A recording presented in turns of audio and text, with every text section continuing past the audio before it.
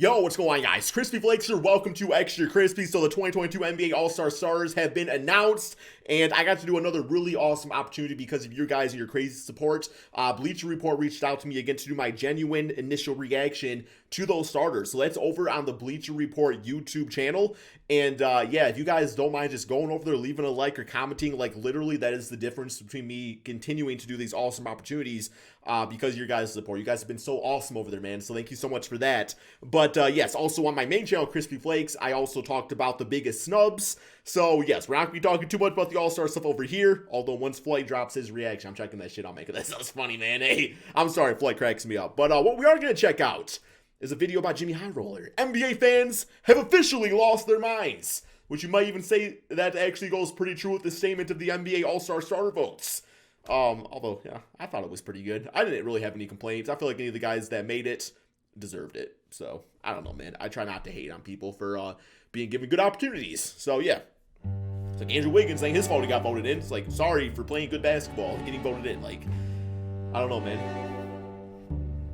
All right, what do we got here, though? What is this Jimmy video about? This title really intrigued me because I was like, this could be so many things.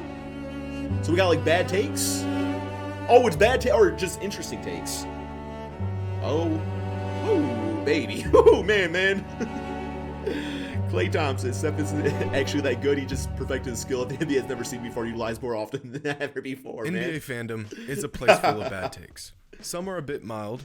Others are a bit worse. Hey, at least you didn't have my take from a few years ago where I said that if you replaced Steph Curry with Kemba Walker, the Warriors would have had just as much success. My worst take in the history of me ever talking about basketball. It was through a rough time of my YouTube career where, yeah, man, I just said some stupid stuff. So, beyond that, I'm better than that now, man, so. But no matter who you are, all NBA fans have bad takes. Or rather, hot takes. Opinions on the NBA that most would probably disagree with, but some may just see where you're coming from. And the other day, while scrolling through Facebook, I came across a post asking NBA fans to share their wildest Facebook in 2022. opinions. Now, I do. I saw this and knew I should have kept scrolling. It would have undoubtedly been the best thing for my mental health, but instead I got curious. I had to see just how bad Curiosity killed or the bitch good ass cat. some of these opinions were. I was not disappointed. Okay, so let's start with a real mild one. Say this out loud at your local barbershop and watch how quickly a room full of civilized adults becomes a cage match over a man they've never met. I mean, my one rebuttal to this is if anybody wants to talk crazy, I'll just say Russell Westbrook. This user says that LeBron End of the has argument. won his Fix my last bitch ass hairline. championship. And I'm compelled to agree with this, but honestly, no one knows. If you can recall back to 2015, after the Cavaliers lost to the Warriors, You gonna have like many that people said the same Ray thing Lewis then. LeBron final would never win Super another Bowl championship. He needs a super team to win a title, yada, yada, yada. Ending And then thing. the very next season, he won another title. Things got even worse after LeBron and the Lakers missed the playoffs in 2019. Now, I know y'all can recall this hysteria. People proclaiming LeBron was done, predicting that he would never see another ring again like they were some sort of basketball fortune Recent teller. bias. And then the very next season, LeBron and the Lakers pretty much walked their way to a championship.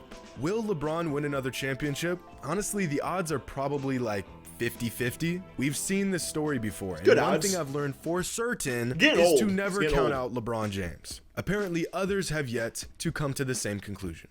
Now, this next take sounds pretty absurd, but there's actually some validity here. This guy says that Tim Duncan had a more successful career than Kobe and should always be placed higher than Kobe. Tim Duncan more successful career and should always be placed higher than Kobe on all-time lists. I mean, I do think that Tim Duncan is very underrated because he was so just like quiet and humble, and they call him the big fundamental, which isn't like exciting, but On all-time lists. I think Tim Duncan Is greatest this a power bad forward of all take? time. Well, let's look at the numbers. Both Duncan and Kobe have the same amount of championships, Right. and they both have the same number of all-NBA team selections. Timmy has more regular season MVPs, more finals MVPs, and more defensive team selections. Duncan is arguably a top 5 defender of all time.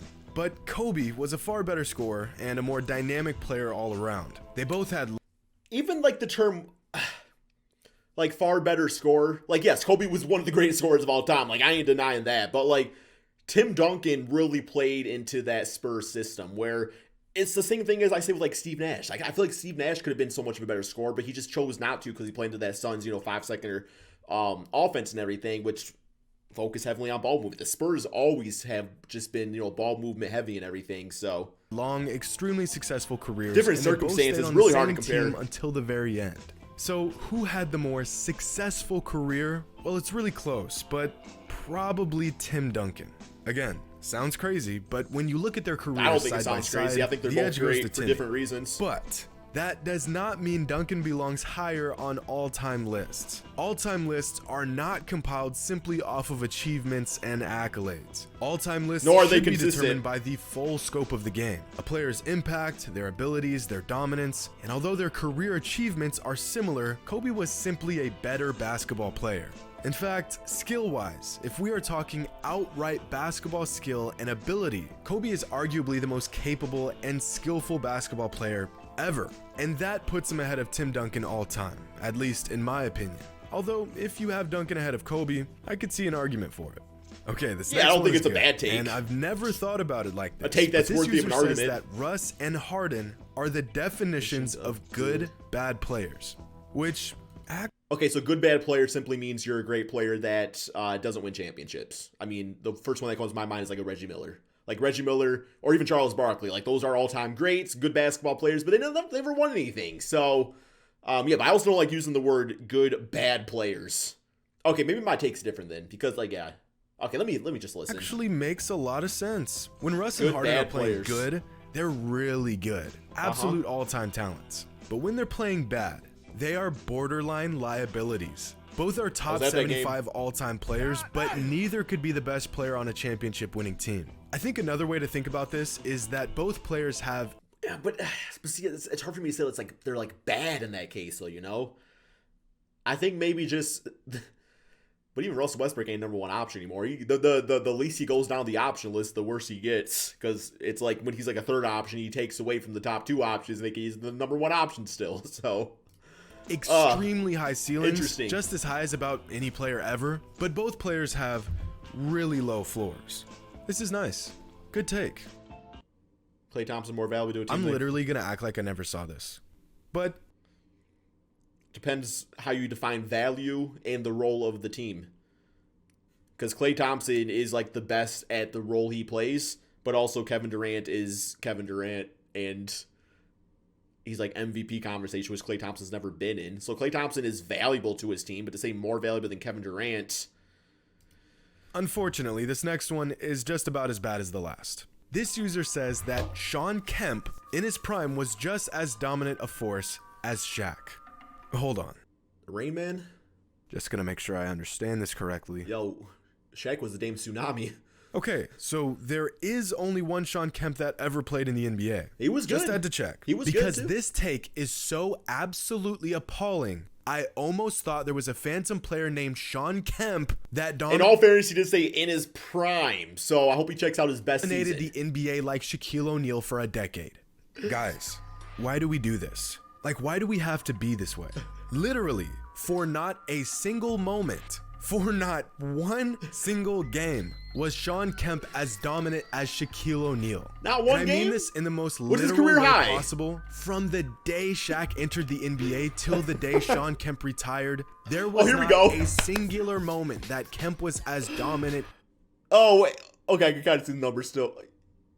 Okay, but you know that during that 1998 season when, Shaq had, some bad Chinese food the night before and, Shawn Kemp was eating that Popeye spinach, he did get like that one extra free throw attempt. As Shaq. I don't know. Look at this. Their careers overlapped for 11 seasons, and not once rolling with was Popeye, Shawn man. Kemp All right. as big of an impact as Shaq was. And before I have a stroke from reading one more bad take, I want to take a moment to thank today's sponsor. Oh, what do we got? ExpressVPN. ExpressVPN. I signed up for one of those things before. It made my internet kind of slow, but it wasn't Express, but I don't know, man. Just, oh, here we go. Oh, I see. Oh, that looks interesting. Is that like, Rick and Morty. Ooh. Using the VPN to watch that? Okay, here we go. Steph isn't actually that good. He just perfected. I see fairly often. that This guy even mean? says Steph isn't actually that good. He just perfected a skill the NBA had never seen before and utilized Have you heard of, like, Jimmer Fredette? Dude was shooting Curry threes before Curry threes were a thing. And nobody talk about that man anymore, and that's about as perfection as shooting-wise as you can get. It more often than before. I see what he's getting at, but this just Curry's isn't elite shooting combined with his actual skill is what makes him great. Like, that's the difference between Steph Curry or Matt Thomas. how things work. When you perfect I'm actually kind of angry about that one. aspect of the game, that by default makes you good. And the fact that the three-point shot is utilized more now than ever before is actually a testament to how good Stephen Curry is. The man is hitting so many threes that he's got 7-footers out here jacking them up, just praying that for one day they could shoot like Stephen Curry. And the other part of this is that you can really spot a casual NBA fan by their opinion on Steph. People who think all he does is shoot threes are really putting their ignorance on full display.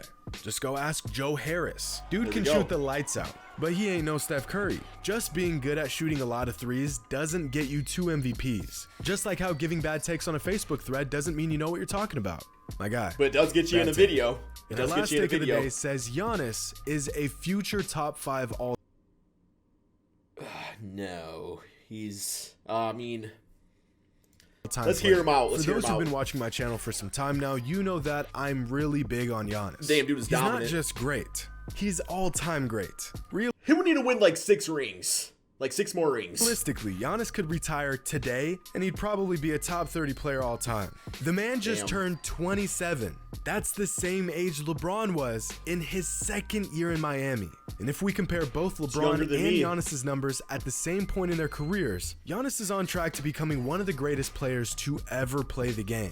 But top 5? He only averaged 21 points a game this season? Or is that all time? That's crazy. Well, personally, I think if he can stay healthy, he definitely could end up top 5 all time.